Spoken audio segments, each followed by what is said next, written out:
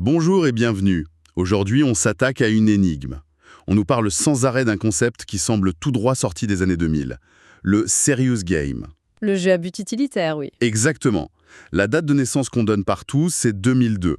Pourtant, les sources qu'on a, notamment le chapitre 3 du livre Introduction au serious game, nous disent que c'est une imposture. C'est ça. Alors aujourd'hui, on va mener l'enquête.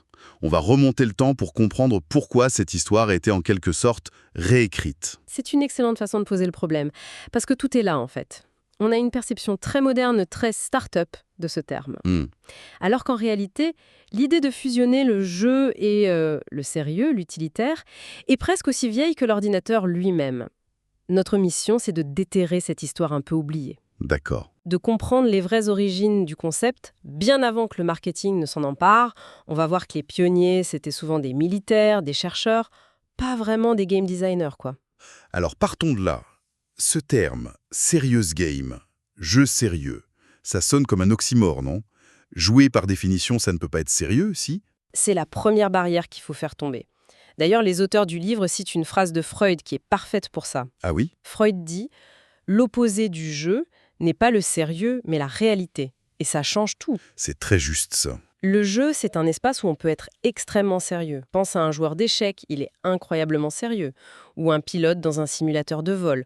On s'engage à fond dans des règles, mais en dehors des conséquences du monde réel. Donc l'idée n'est pas si contradictoire. Et cette idée, j'imagine, elle a été théorisée bien avant 2002. Bien avant, il faut faire un bond en arrière. On est en 1970. D'accord. Un chercheur américain, Clark Apt, publie un livre au titre qui sonne aujourd'hui comme une prophétie. Serious Games. C'est lui le véritable inventeur du terme. C'est lui le premier. C'est le premier. Et la définition qu'il donne à l'époque, c'est la base de tout ce qui va suivre. Pour lui, ce sont des jeux, je cite, explicitement et intentionnellement conçus à des fins éducatives. Ce qui est brillant dans sa vision, c'est qu'il n'oppose jamais le sérieux et le plaisir, c'est ça, hein? Jamais. C'est le point clé. Il dit que les deux peuvent, et même doivent, coexister. Il insiste bien sur le fait que l'intention sérieuse n'exclut absolument pas le fun. Et ce n'est pas parce qu'on apprend qu'on doit s'ennuyer. Exactement. Et il n'est pas resté dans la théorie, hein. Il a fondé sa propre entreprise, Habit Associates. Ah d'accord. Et il crée des simulations complexes, des wargames pour le gouvernement américain, pour l'armée. On parle de simulations sur la gestion de crises politiques, économiques. On est en 1970 et le concept est déjà là, solide et appliqué. C'est fou. Alors, comment est-ce qu'on a pu l'oublier pendant 30 ans pour qu'il réapparaisse comme par magie en 2002? Ah, ça c'est la partie la plus savoureuse de l'histoire. On avance jusqu'au tournant du millénaire. Un consultant, Benjamin Soyer, doit écrire un rapport, un livre blanc, pour un organisme public. Ok. Son but, c'est de convaincre que le jeu vidéo peut être un outil génial pour la formation, l'éducation. Le titre qu'il propose est d'un ennui mortel. Un truc comme l'amélioration des politiques publiques grâce aux technologies d'apprentissage basées sur le jeu et la simulation. Ouais, on sent le rapport qui va finir direct au fond d'un tiroir. Complètement. Son commanditaire, David Rejewski, lit ça et lui dit « C'est impossible, personne ne va lire un truc avec un titre pareil. » Et là, c'est le hasard total. C'est-à-dire? Sur son bureau, Rejewski a 2 livres. Serious Play de Mirstedt-Schrage et le fameux Serious Games de Clark Apt, celui de 1970. Le livre de 30 ans d'âge. Exactement. Il a une illumination.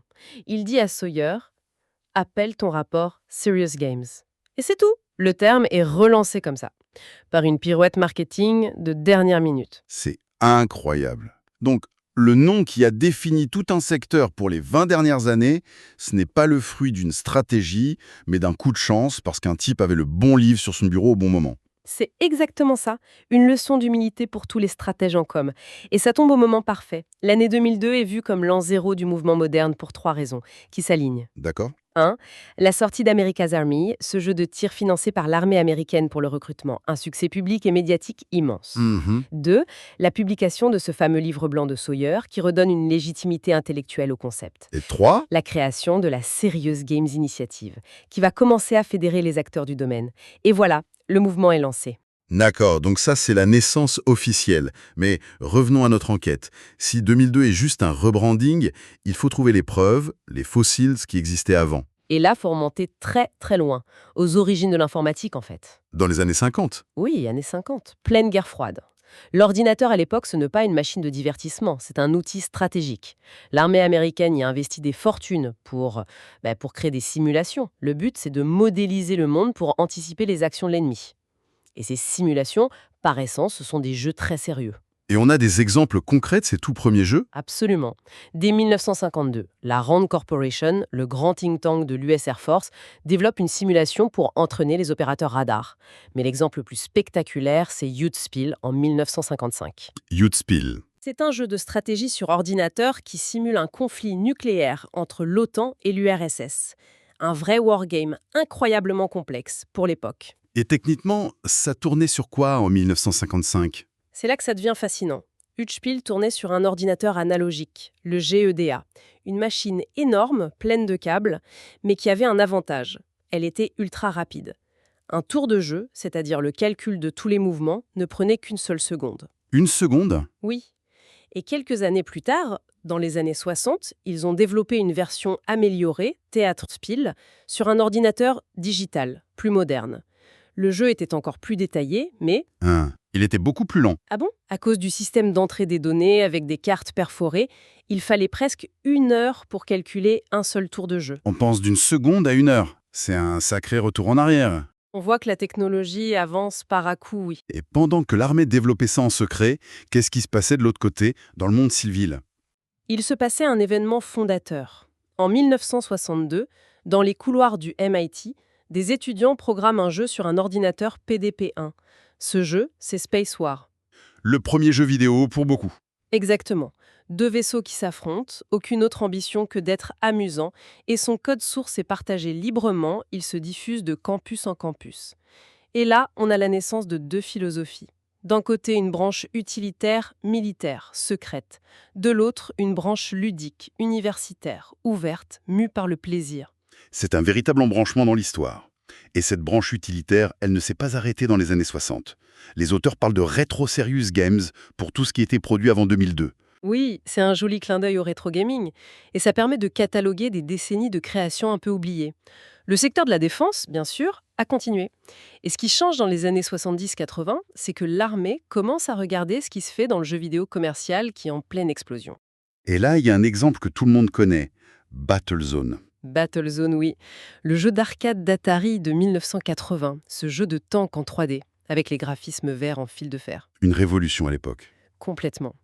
L'armée américaine voit ça, ils sont bluffés. Ils contactent Atari et leur commandent une version modifiée du jeu pour entraîner les vrais servants du char Bradley. Le projet s'appellera The Bradley Trainer. Et ça crée un malaise, non?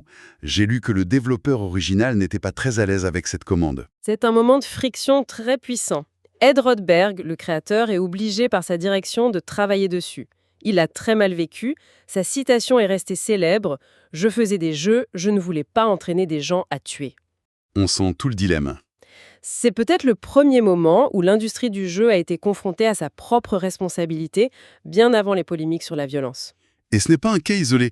L'armée a continué de piocher. Oui, en 1996, c'est encore plus direct.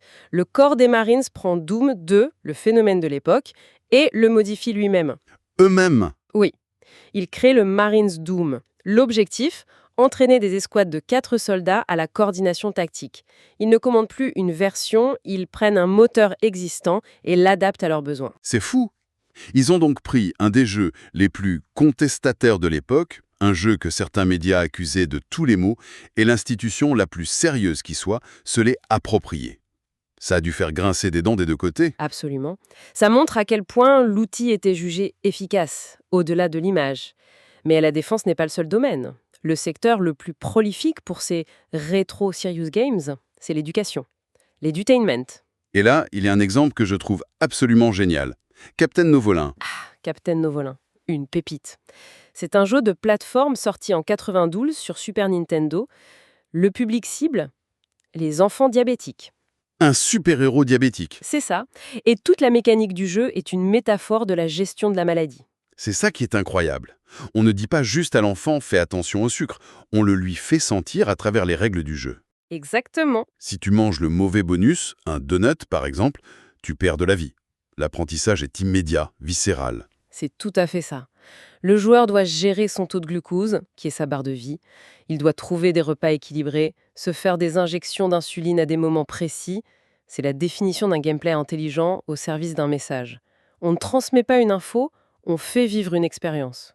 D'accord, mais ça me ramène à ma question de départ, je suis toujours bloqué là-dessus. On a des simulations militaires dans les années 50, de Bradley Trainer en 80, ce capitaine Nevolin super malin en 92. Je ne comprends pas.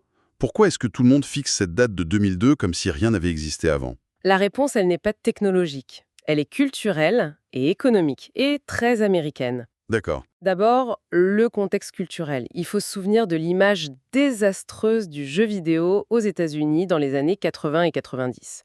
C'était au mieux un passe-temps pour ados attardés, au pire une école du crime. Oui, je me souviens des polémiques autour de Mortal Kombat ou de Doom, justement. C'était vu comme le mal absolu. Voilà. Dans ce contexte, si vous êtes une entreprise respectable, vous ne pouvez pas dire «on va utiliser un jeu vidéo». Le mot est toxique. Il fallait trouver un nouveau nom, une nouvelle étiquette pour légitimer la démarche. Serious Game, c'était parfait. C'était un cheval de Troie sémantique pour faire entrer le jeu dans des sphères où il était interdit. C'est une question de perception. On change l'étiquette pour que le produit soit accepté. C'est purement du marketing, en fait. En grande partie, oui, et ça s'accompagne d'un nouveau modèle économique. Le client, ce n'est plus le joueur, le client, c'est le commanditaire. L'armée, une entreprise, c'est lui qui finance la production et le jeu est ensuite souvent distribué gratuitement. Donc le risque financier n'est plus porté par le studio, mais par l'institution qui passe la commande. La rentabilité, ce n'est plus le nombre de boîtes vendues, mais l'atteinte d'objectifs. Est-ce que les gens sont mieux formés?